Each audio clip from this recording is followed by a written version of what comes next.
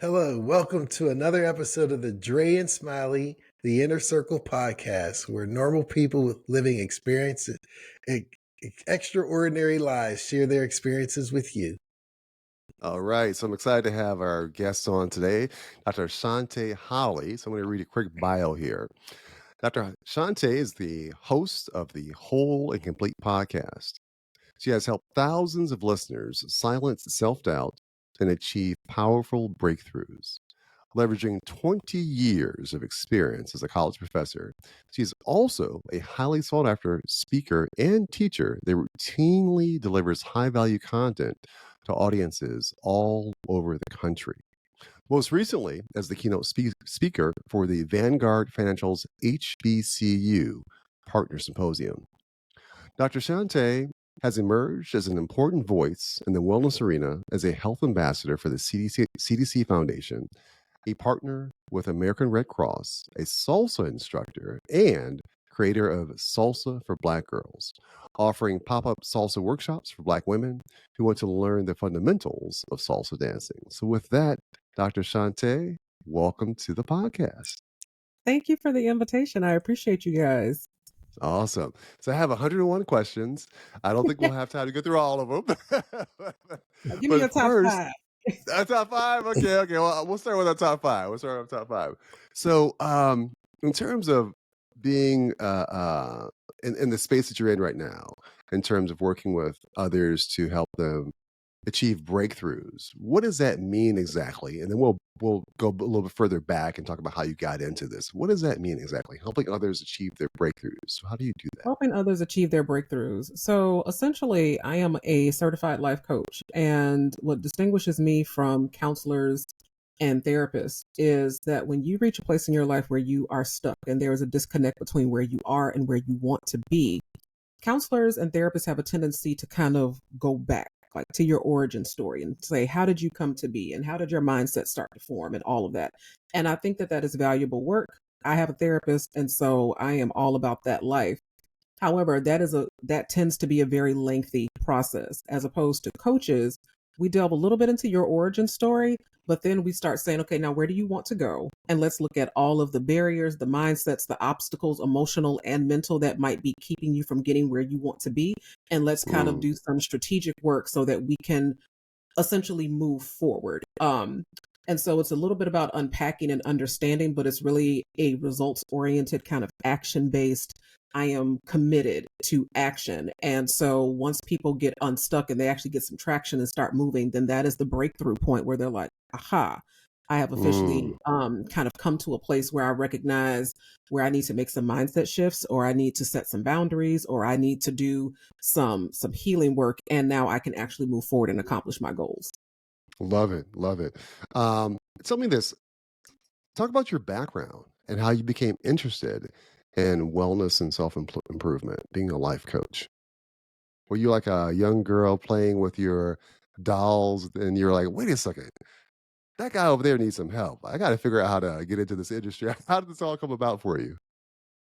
Heck no, I'm a classic introvert. I literally was at the sink washing dishes one day, and I Okay. literally felt like I heard the voice of God. And I know that that sounds like crazy, because it's like, what is God's voice No. like? But it What does it wasn't sound like? right. It wasn't like, the hallelujah angels opened up the windows of heaven and were like, Shanté, we need you to do this. It wasn't like that. It was more like Okay. I was minding my own business, and all of a sudden I just kind of felt this strong intuition that said, you need to start a podcast. And I was like, Mm, what? A who? What is a podcast? Like, because I mm, started in 2015, nowadays, you can't, um, everywhere you go, everybody's a podcaster. But when I mm. started podcasting wasn't even a teenage boy. It wasn't even 13 years old. Okay. Like, it was young. And So you're an so OG. I am an OG. Thank Okay. you. Recognize. Put some respect on my name. Okay. Um, so an OG, and I really was like, what is a podcast? And you all are podcasters. So I was not about that tech savvy life. I didn't know what microphone to use. What the heck is an audio wave? Like, what is Adobe Audition? Like, are you kidding me? Like, it was all of that. But I couldn't shake the notion that that was what I was supposed to be doing. And I'm a college professor by trade. And again, that same intuition said, your calling is bigger than this classroom. And so I, from there, kind of had like this started to do this public facing piece about wellness and faith. But honestly, if the origin story of that question, like how did I get here? Childhood trauma. I feel like when people experience trauma, it will do one of two things. It will either stymie, stifle, debilitate, and paralyze you for years to come, if not forever, or it will give you a tremendous well of empathy to understand people. And it shifts you away from asking that question, like, what is wrong with you? What is wrong with him? What is wrong with her? To, I wonder what happened to him. I wonder what happened to her. And so that curiosity, along with this impetus to start a podcast and kind of fill the gap for people who were wanting to actually achieve bigger and better things, but found themselves struggling with self-doubt, lacking faith, didn't have the wherewithal or the strategies to kind of put that together. And that's how I got started. No, that's cool. And I like the way you mentioned it. You said you were a closet introvert who has a podcast. Classic introvert who has a podcast. And so just continuing upon Dre's question of how you got started, but he also in their bio mentioned your salsa. Is that a therapy sort of salsa, or is that just your hobby, or how does the two worlds meet, or did one come out of the other, or were you a salsa dancer expert and you just happened to do a podcast, or are you a coach who said, you know what, I need to do a podcast or I need to do a salsa? Is it an outlet? How did the two merge? How did the two merge? So when I was 6 years old, so I grew up in Chicago, and on Channel 11, WTTW, they used to have ballroom dance competitions. And I was fascinated. I mean, like, wow, people had like cartoons like Tom and Jerry. I had like ballroom salsa dance competitions. And I was like, yes, I'm about that life. But, a little black girl on the south side of Chicago, that opportunity was not there. But I always had an appreciation and love for dance thereafter. And when I turned 40, when you become a woman of a certain age, you start to reevaluate things about your life. Okay, so when I became a woman of a certain age, I was like, you know what? What am I doing intentionally and consistently that brings me joy? Where in your life have you given yourself permission to pursue and chase joy? And I realized that I hadn't. And so I said, well, what has been on your list? What's been on the back burner that you've always wanted to do? And the answer was salsa dance. And the minute I hit the floor, it was like, it's like Latin stepping. That's it. It was like, all the things, like all the pieces, like a part of you that was like waiting to be activated suddenly sprang to life. And it became something. When I looked at all of the other things that I did in my life, things I was doing for work, things I'm doing as a parent, things I'm doing as, in all these other roles as like a daughter and a podcaster and all of that. I'm like, but this was the thing that was for me.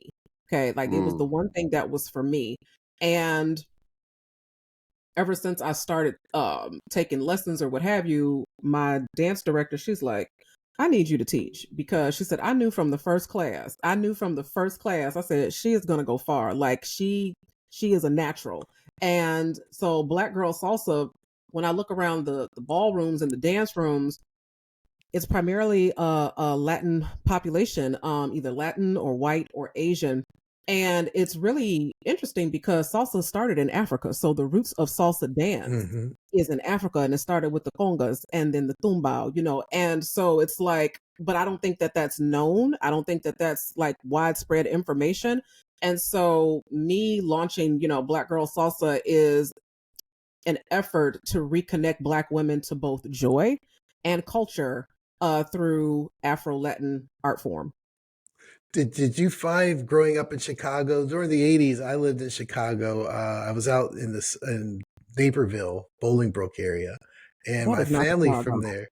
I know. I'm sorry. It was Southside. I don't know if you're as old as I am and remember Old Chicago, the amusement park that was inside. Do you remember Old Chicago? Yeah, I remember So it that. wasn't Chicago. So I used to go down there from Pittsburgh, but I was fascinated and intrigued by my cousins because they were steppers and all the vibe of stepping. Were you a stepper, and do you find that is similar to your salsa, or it's totally, totally different? It's Because And I've I only have a seen piggyback. steppers. I've I only have a seen piggyback. steppers in Chicago, and I I haven't have a seen them in other places. But go I have ahead, to Dre. piggyback to Smiley's question. So as you answer his question, also let us know when you went to your parents and said, "I want to learn how to salsa." Did they respond with, "Do you mean step, baby? Because we don't salsa around here." It was, you know how like back in the days when your parents would tell you, we ain't got no McDonald's money. So if Right. you Right? ain't got Alcohol make you McDonald's a money, hamburger better than McDonald's. That's right. if you don't have McDonald's money, you That's definitely right. ain't got no Salsa recreational. money. There we go. Okay, there that was. That opportunity was just not on the table. It was not in the Right, budget. right, right. But stepping, man, that is such a Chicago thing, and it's completely different. Like the rhythms are different, Mhm. the footwork is different.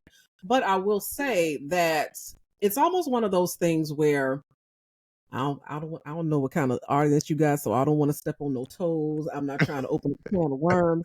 But you know how kind of it's like black people that can't play spades. You be like, oh, Like, where'd you grow who up? raised you? Who are Right? you? Who are Who your raised you? parents? Who are your You're not parents? going. I'm like somebody did. Right, You using right. recipes? You growing Give me up their not knowing number. Let me call them and fix this.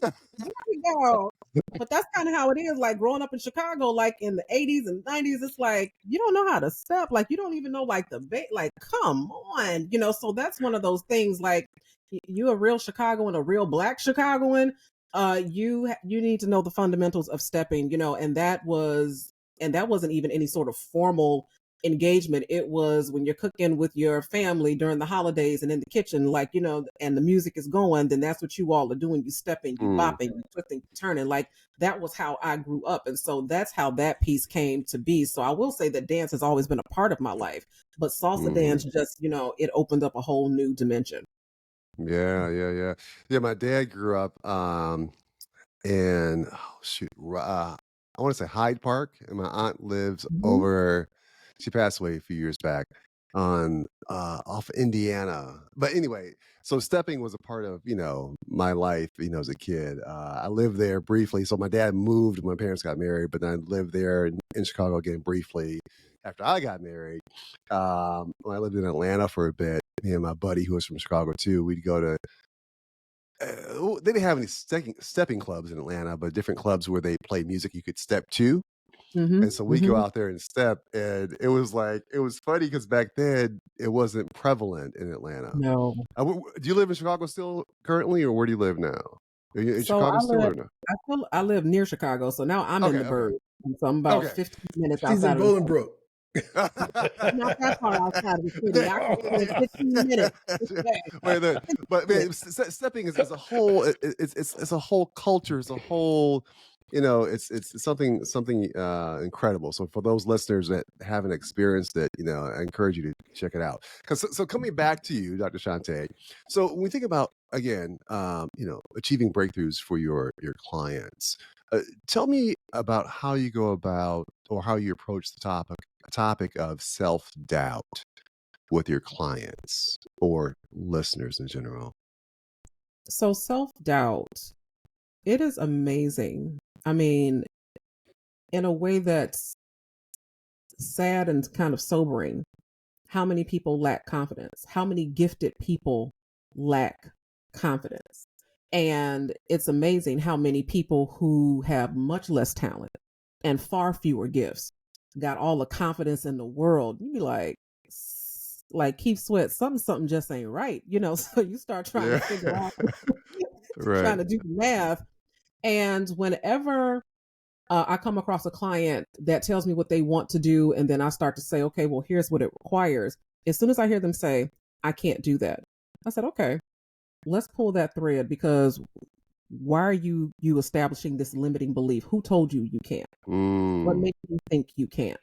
What has happened in your life that has deposited this notion of lack and scarcity into your life. And I found out fundamentally that, oh gosh, like 80-90% of clients that struggle with fear, confidence, self-doubt is almost always rooted in some form of lack and scarcity, because a lot of them grew up in households that had parents or caregivers that said, we don't have, you can't, we don't have.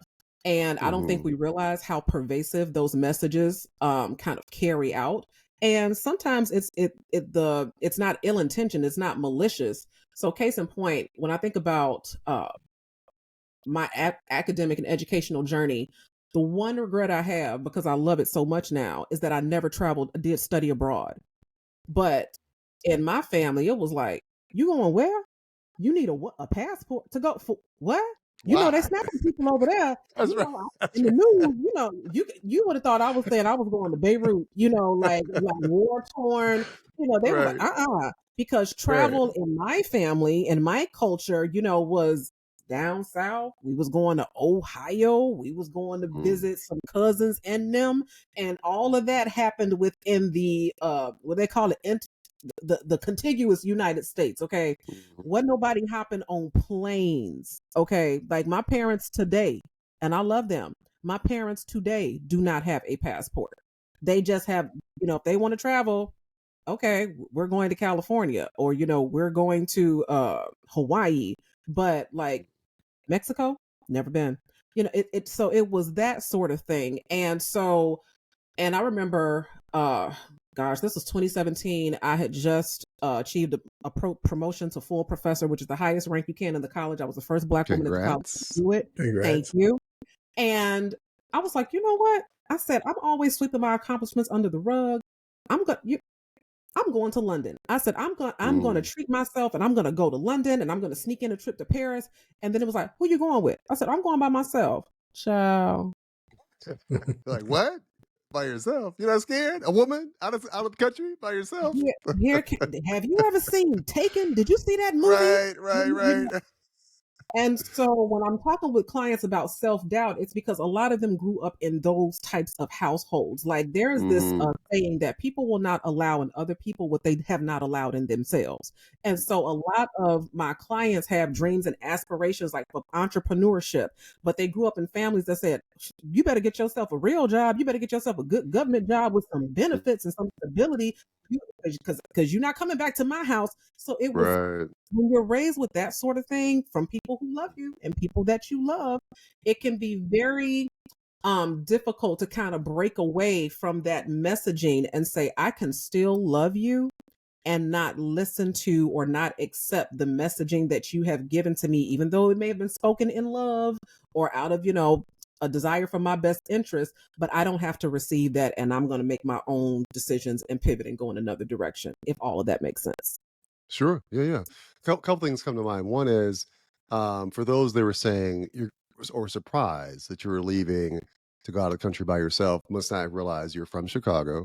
If there's an individual that can handle themselves, Yeah, I'm like, and the South Side too, baby. I can put a lock in the South and we can go get down. right, Okay, like that's I'm right, resourceful. Like, right. Yeah, it's interesting. You know, you talk about, you know, 'cause like you know, most people have parents that come from a generation where, you know, they are a product of their environment, what they've been exposed to. You know, it's not their fault at all. And at a certain point, you know, that level of comfort is hard to break. We talked about breakthroughs earlier. And so, you know, it's nothing against for those that are from that generation that have that mindset. It's what they know, it's the exposure they had.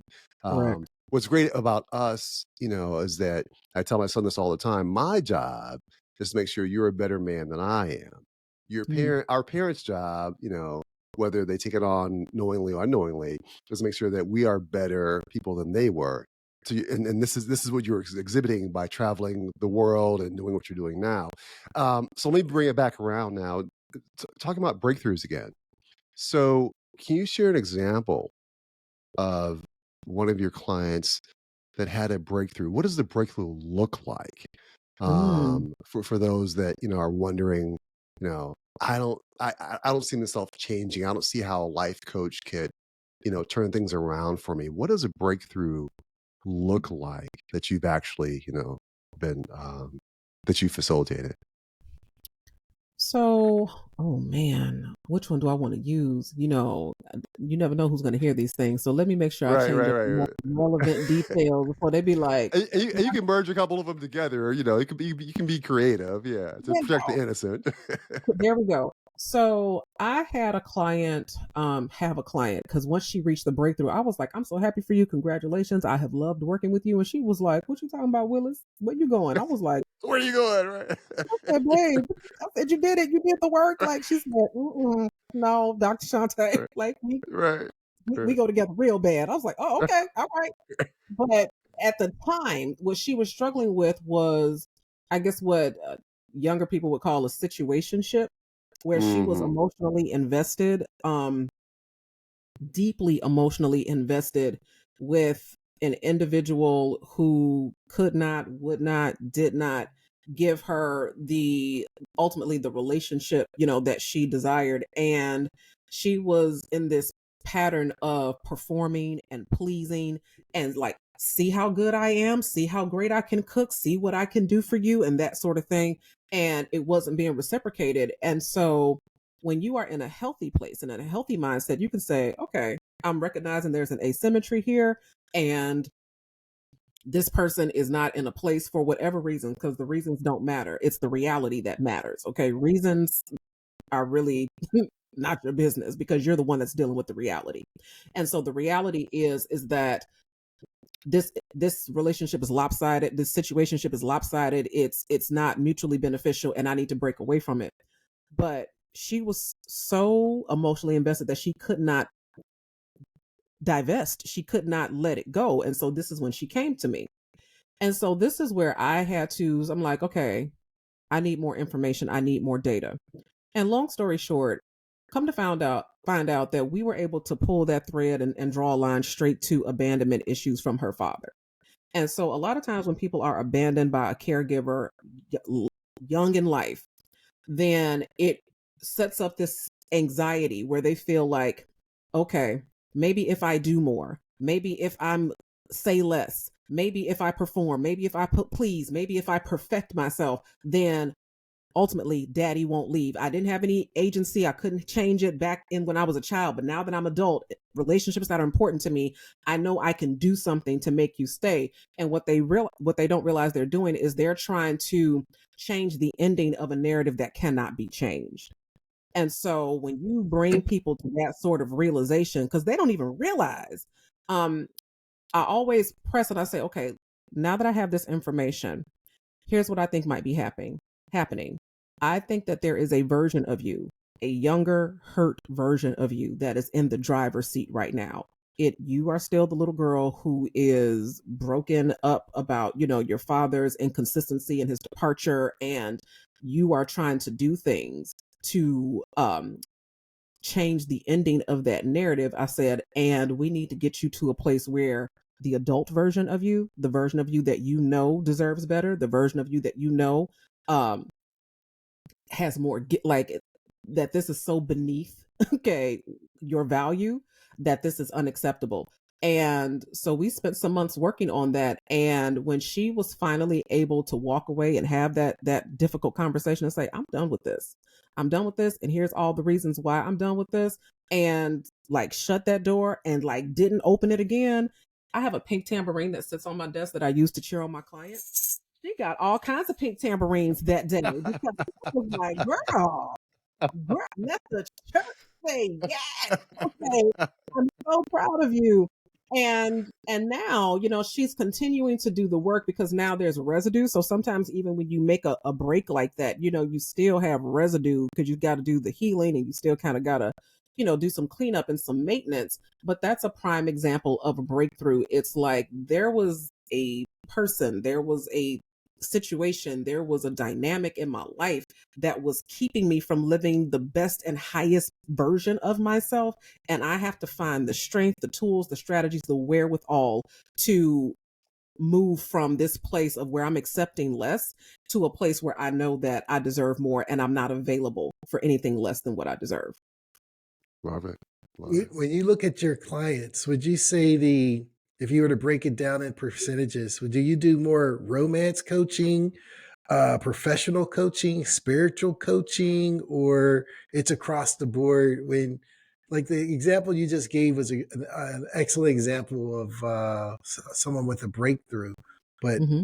yeah, do you do mostly career coaching? Like I really want to get this promotion, but I don't think I can, and you help them get over that doubt, or I'm stuck in this relationship and I don't know why they don't love me as much as I love them, and I want to break away, or I want them to marry me, or is it across the gamut? It really is across the gambit. So I would probably say career is like the least amount. So I have clients that range in age from 22 to 62. So I have college students, recent college graduates that are like, okay, I'm entering adulting. Quote, that word kills me. I mean, it kills me dead. I'm like, adulting? Really? Okay, millennials. Like, back in the day, you know, we being grown, okay, That's but right. That's right. those transitions and dealing with separation anxiety from that college life, and also might have like some family difficulties, and it's like I want to have a better relationship with my parents, but here's all the things that are getting in the way of that, and all the way to people who are like, because actually when I started podcasting, so the name of my very first podcast was called Branding for Believers, and I was all about um personal branding strategies for people who wanted to package themselves in ways where they could monetize their gifts, build audience, segmentation, positioning, all of that. And but what I was adding to it, layering on top of that, was a faith component. So I still have clients that are like, Dr. Shanté, you still doing branding? Because I need help with my content. I need help, developing, what are my content pillars and how am I going to, build and grow audience and all of that sort of thing. So it really does run the gamut. So some people know me from my OG days as a brand development coach. And then more and more people more recently are coming to me over with the mental health and wellness disruptions in terms of self-doubt, lack of confidence, setting appropriate boundaries and that sort of thing. Do you find also that people have a varying level of self-esteem versus self-confidence? Meaning the self-confidence is their exterior wall, but they don't really match up with their interior belief of themselves, or Oh yeah. they Oh go hand yeah. in hand. So I also have clients that are caught in what I call public success, private mess. And so outwardly they Oh, project all kinds of, bravado and confidence, and I'm every woman, it's all in me. Okay. But then when you talk about the quality of their relationships, it's like, okay, there's an incongruity. So let's talk about that, or there's a disconnect because this kind of woman who believes these things about herself would not be accepting, this type of, would not be lowballing herself. If you're a high value asset, you don't entertain lowball offers. So why are you entertaining lowball offers in your career? Why are you entertaining lowball offers in your relationships? Why are you entertaining lowball offers in the standard of treatment that you accept from other people? Why are you accepting lowball offers from your family? Hello, somebody. Because my podcast, Whole and Complete, is a series-based podcast, and by far the most popular series that I have ever done on that show is called Mama Trauma. Because people are like, man, Dr. Shanté, you just said the quiet part out loud. Because, in Black communities, there's the silencing mechanism. You can't talk about the business, okay? You can barely talk about the business inside the family. There are things people in the family know that you just don't know, and they just don't take that to the grave, okay? But you certainly don't talk about the business outside of the family. And one of the things that you definitely don't talk about is your own mother. What? That is blasphemy in the Black community. And so, and the way that is reinforced is that there are lots of people with unhealthy relationships with their mothers, or dynamics that are really unhealthy, that will try to police and reinforce because someone might be vulnerable enough to share it. Man, my mama did A, B, C, and D. Yeah, but see, that's your mama though. But that's your mama though. Like, but still, like, that's your mama. And so it kind of sets up this notion that mothers can say, can do, can whatever, and it's carte blanche, and you just have to suck it up, soldier on. You have to take it. You have to deal.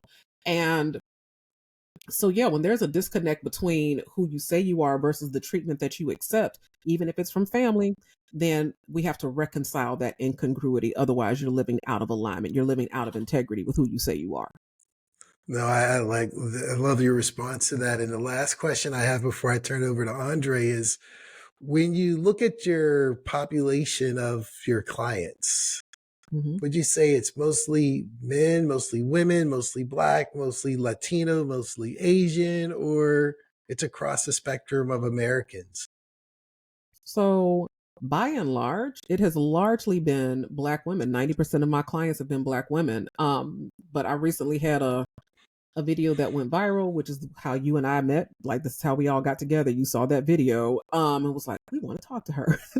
And ever since then, I'd have had what they call quote unquote crossover appeal. I'm like, who are these new people?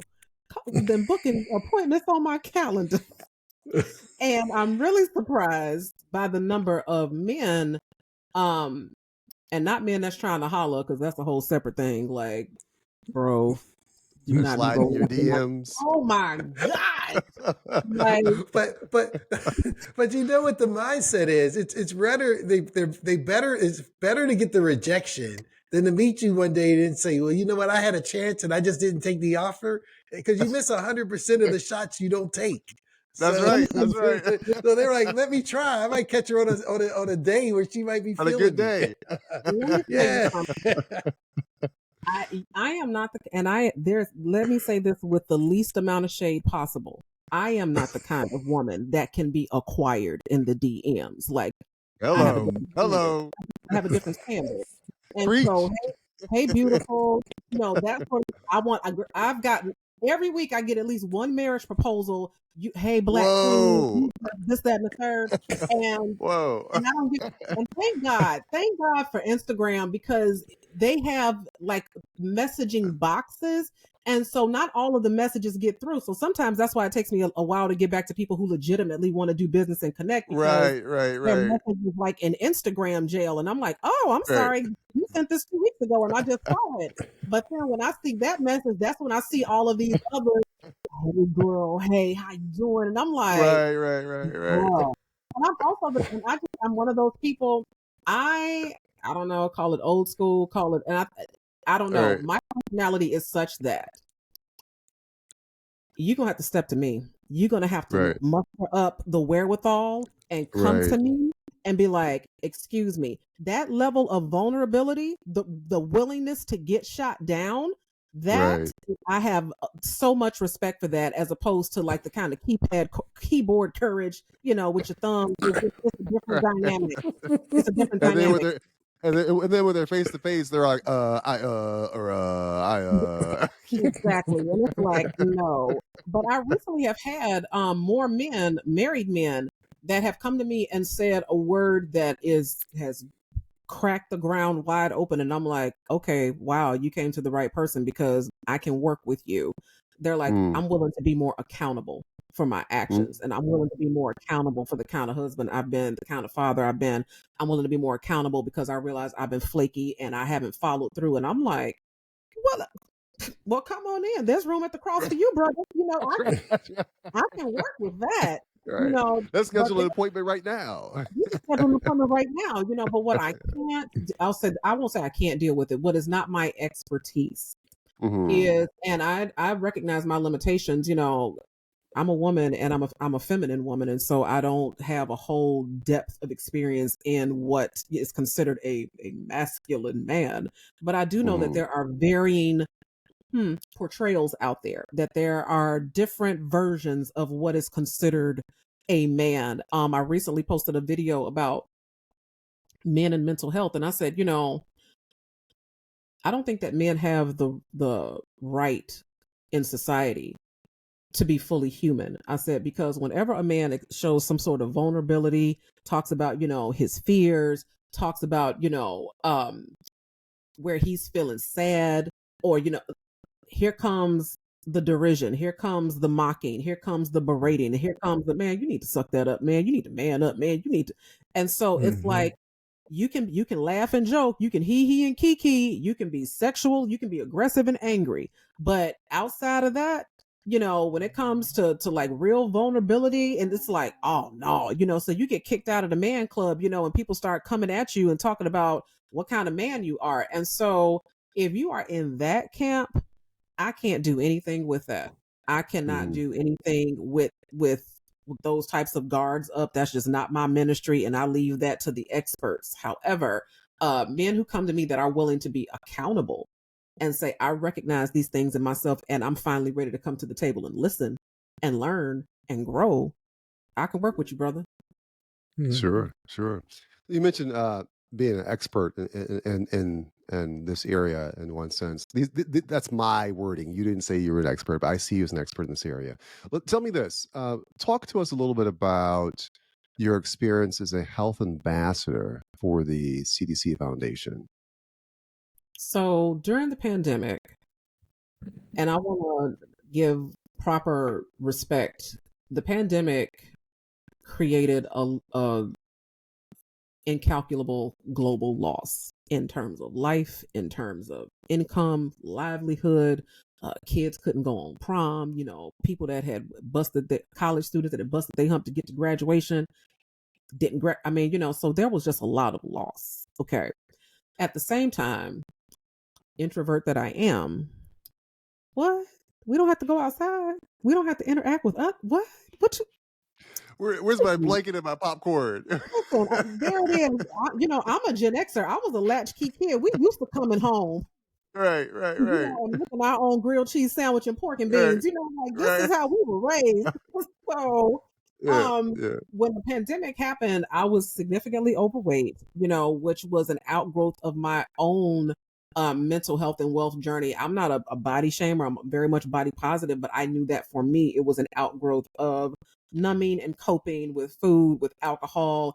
And so the pandemic gave me what it gave so many other people, which is a lot of time to slow down the pace of life and really dig down into who you are, how you're showing up, and who do you want to be.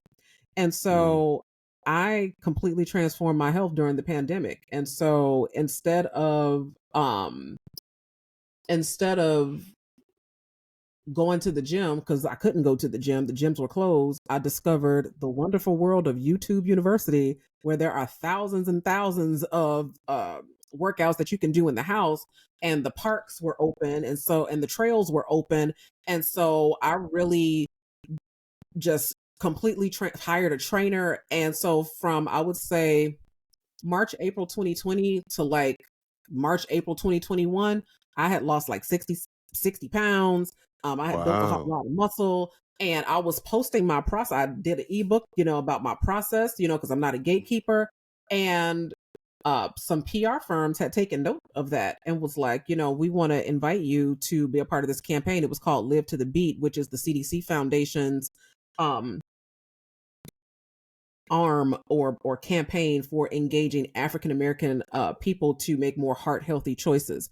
And they said, we love what you've done. We would like for you to be a part of that. And so I had I want to say like a 4 to 6 month commitment with them, where I was creating content to engage more African American people to do that. Kev on Stage was a part of that too. And so it was a really rewarding experience. And then because I was doing that kind of work, then PR companies for the Red Cross was like, hey, can we borrow you for a second? Because we're looking to drive up blood donations. And so can, you use your platform, to help drive blood donations. And so that became a part of that too. And so it really came through from being willing to be transparent and vulnerable enough to post my journey. And it wasn't just that too. I love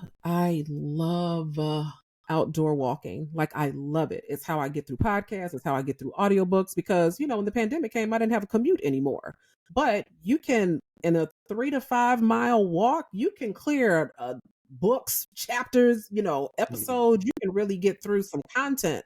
And so I started inviting people. I was like, let's walk. I said, so we're going to do 100, we're going to do 100 miles in 100 days. And people were like, okay, I'm gonna do it, And so we did that, and people were doing these walking challenges, and people saw that. And so at this point, I do one every summer. So this year, when summer finally kicks off, because it's still cold in Chicago, I Yeah, am it's cold. throwing shade at everybody who lives in a warm weather climate, which is not my testimony.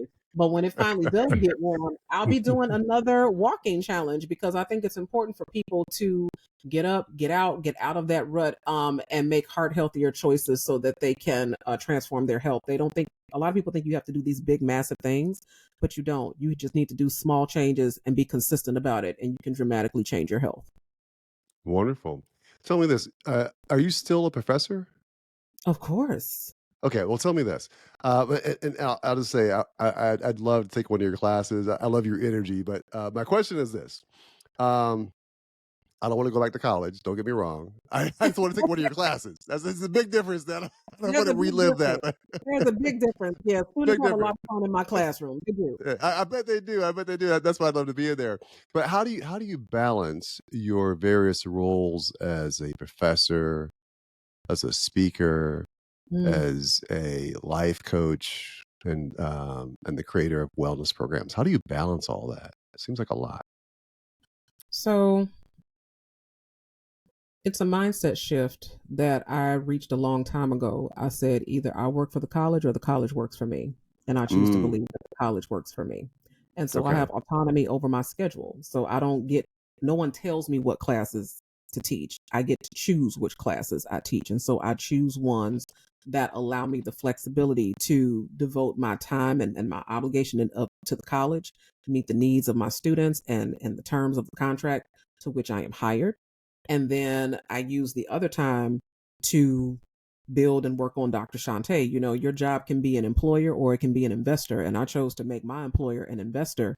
And I'm like, thank you for subsidizing my lifestyle and helping me pay my bills and raise my child while I go and do this other thing, out in plain sight, out in plain view, which quite Mm, honestly is very consistent with who I am and what I teach at the college, so it's not like I'm being divergent.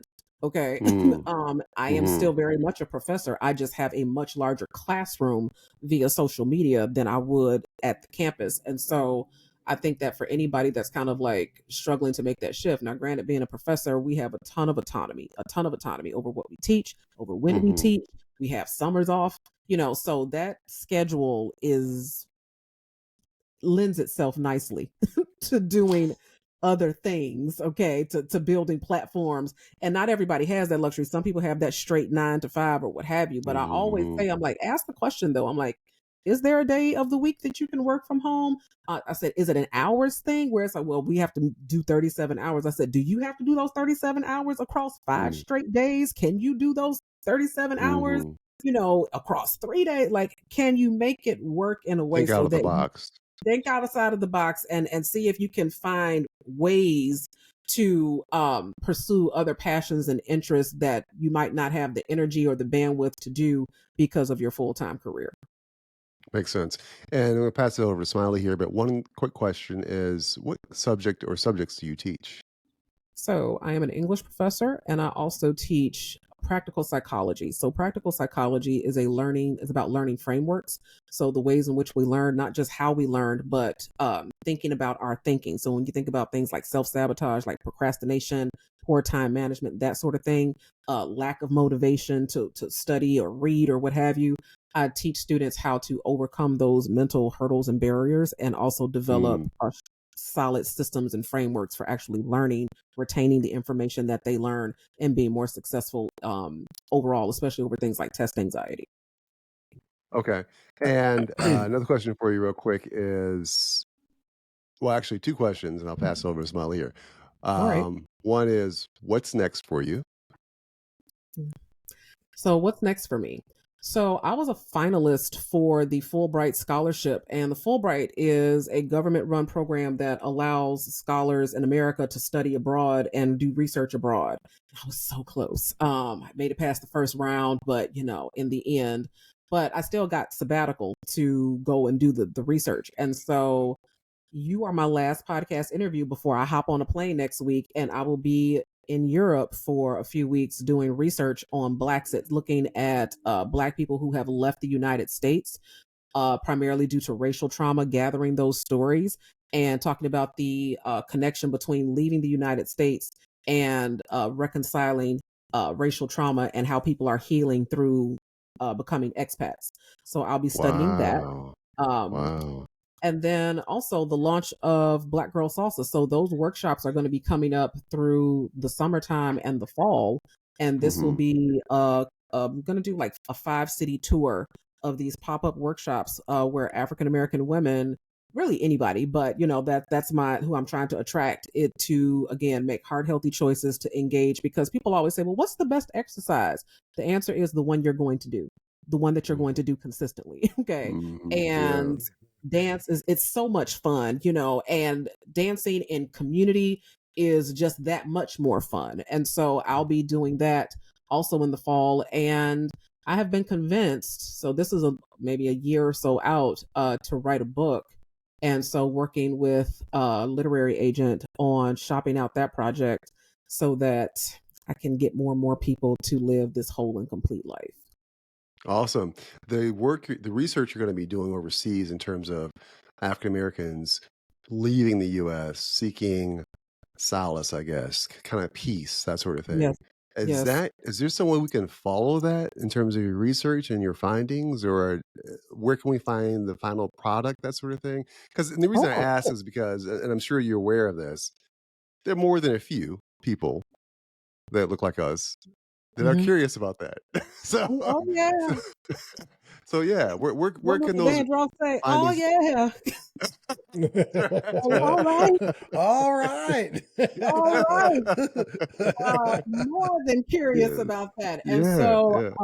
so of course I have my obligation to the college, so there will be a paper published and things like that. But I know that for, you know, just the average layperson, they're not going to get into that. So part of what Mm, I'm going to do is do a capsule podcast. So, you know, I'm a serial mm, podcaster, but do like a capsule podcast, depending on how many interviews I get, of just kind of like maybe 6 to 8 episodes about the process, the reason, you know, what the adjustments, the standard of living, all of that, because I this is an interesting time in our country. It's an interesting time. There's a lot happening in political spaces, and there's a lot happening with respect to African American, like Black erasure out of the curriculum, especially in places like Florida and things like that. And I think that if you are a Black American, a person of color, and you haven't at least thought about a potential exit strategy, if you haven't at least potentially thought about the fact that, you know, you might be retiring elsewhere, I think that this is a good time to think about that. And I think that more and more people will be looking for some sort of resources about, okay, what is the playbook? How does this actually happen?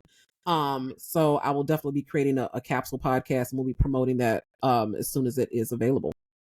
all right. So before we do the final four, one Final last question for you. You're four. pretty much seem to be kind of an open book, but what's that one thing that people don't know about you that you're willing to Um, share? I was about to say, like, bruh. I don't want to know about the downloaders you stole from the corner store. I'm talking about something. I don't know about the Suzy Q's you used to eat, you know, in the closet. I'm talking about, you know, something you're willing to share. Did I take you back? Okay, something that people don't know about me that I'm willing to share. Right. So I have seen so because my brain works like a Rubik's cube. Like it's always twisting, turning combinations. Like my brain is always on. And so when I need my brain to be off, I am a big fan of like reality competition shows. I have seen every Mm, single season of Top Chef, like including season okay. 20 right now, which is in London. And I'm like, oh my gosh, I love that. I don't have to think. I can Yeah. just enjoy, you know. I'm also a fan of, so like my guilty pleasure, don't knock it till you've watched it. There's a show on Netflix. It's 2 seasons called Indian Matchmaking, about this woman who's an Indian matchmaker. The dating culture in Indian culture is fascinating because of the family engagement piece. Like in Yeah. Western culture, it's like I meet you, I like you. We build our thing in a solid foundation, and then when things are escalating and moving forward, then you can meet my family. Then you can meet my parents. Mhm. In Indian And you culture, tell your parents you're getting and married. tell your parents, that there's a person and what have you. But in Right. Indian culture, baby, day one, they be like, let's meet him. I'm like, oh, I mean, it's just fascinating to watch. And so, yeah, that is the thing, is that people would think that all I'm doing all day is sitting around like reading books like 48 Laws of Power, Yeah. and so many up, like literally I'm surrounded by books like a typical professor is like, oh, she's so smart and cerebral. I'm like, yeah, but sometimes I just need to get my Top Chef on. Sometimes I just need to watch my reality competition show Sure. and not have to think about any of that. No, that's Cool. I like awesome. it. So, as part of the final four, the question we have, or the first question is, if you could have dinner with anyone alive or dead, and there's only four chairs at the table, it's you're in one chair and you got three other participants at your dining table, alive or dead, who would those representatives be and why? The Dalai Lama. Dalai Lama. The Dalai Lama, his mindset. So him and the Archbishop Desmond Tutu wrote a book called The Book of Joy.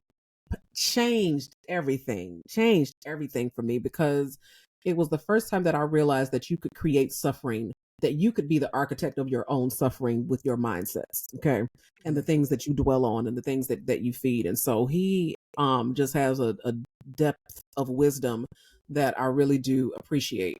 I would also invite Meghan Markle.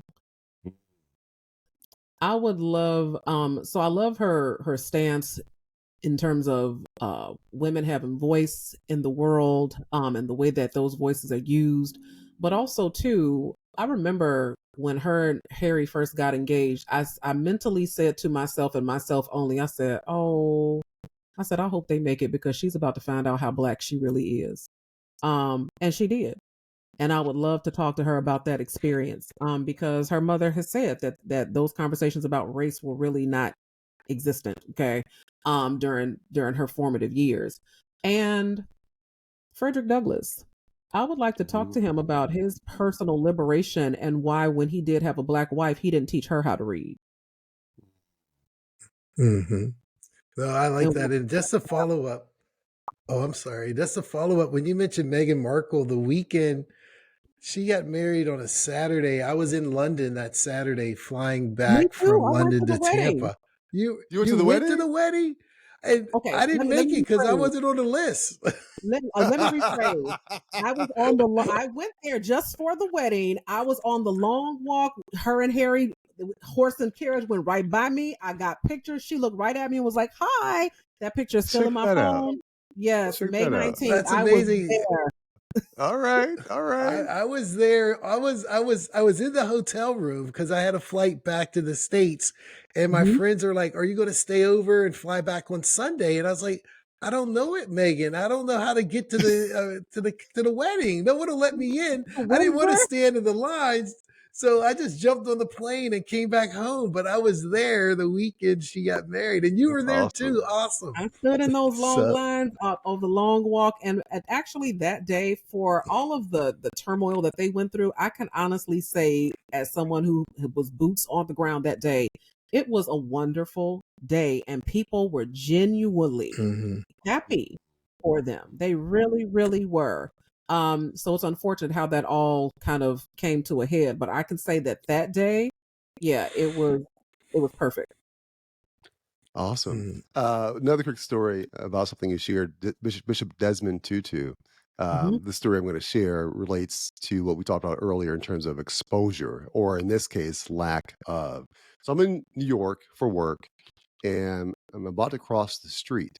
And across from me, walking towards me, is Bishop Desmond Tutu. So wow. I'm with my buddy. I'm like, dude, that's Desmond Tutu. You know what he says? Who?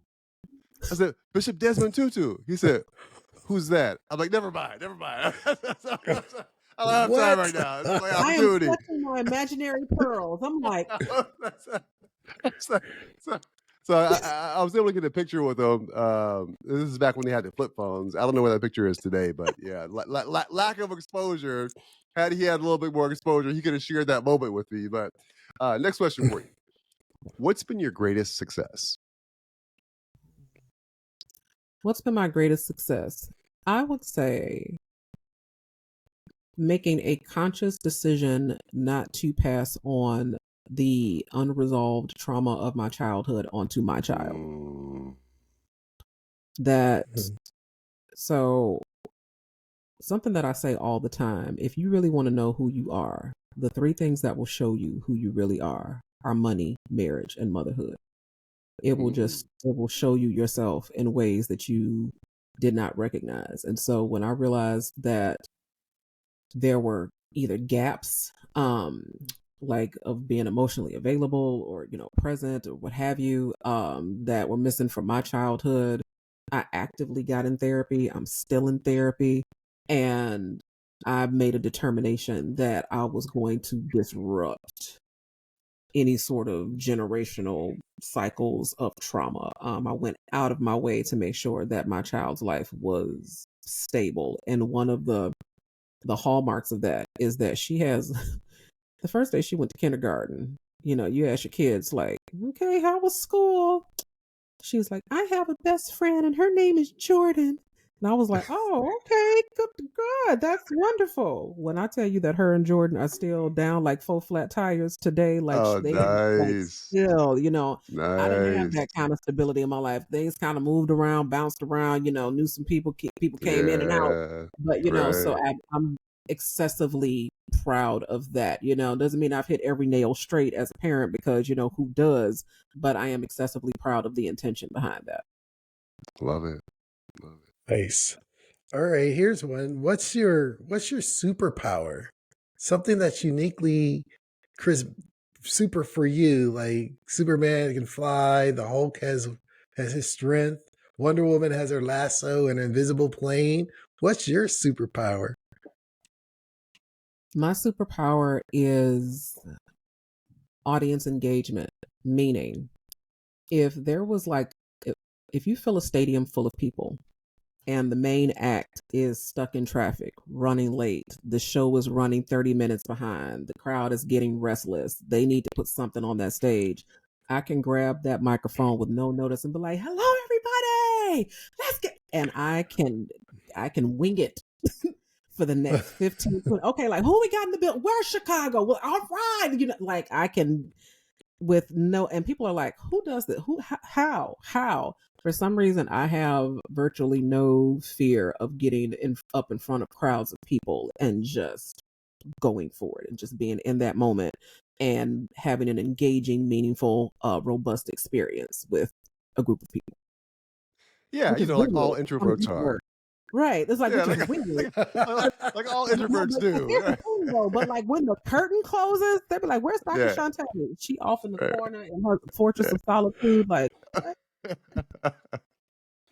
where does it come from, you think? Your ability to get in front of, and the reason I ask that is because I'm very similar in that respect. And I remember reading somewhere, I think Michael Jackson was too. But where do you think it comes from for you where, on a stage of thousands of people, you're super comfortable, whereas, your preference, if you had to choose, would just to be, alone, watching a good movie or a good book? Where's it come from, the ability to do that? So interestingly, I think that introverts are good readers of energy. Sometimes when you are doing more of the listening than the talking, you can just kind of feel the energy in the room. And then as a professor, there's always the students who are like the hand raisers. I'm like, ooh, I got the answer. But I'm also always looking at the person who never speaks up. And I'm like, I see you back there. I see you back there praying to God that I don't call your name. I'm going to call your name anyway. Okay, Heather, what do you think about it? Right. And so it's kind of like, and then also too, I'm the oldest of 4 children. And so it's kind of like that thing where it's like, okay, oldest girl, come in here. The natives are restless. I got it. It's like, okay. Right. And just kind of bring the temperature down, or at least put people in a good place and set the next person up for success. So I think it comes from all of those places. Great. Okay, so you mentioned that you have a book coming out that's lines up perfectly with this last question. What's going to be the title of your biography?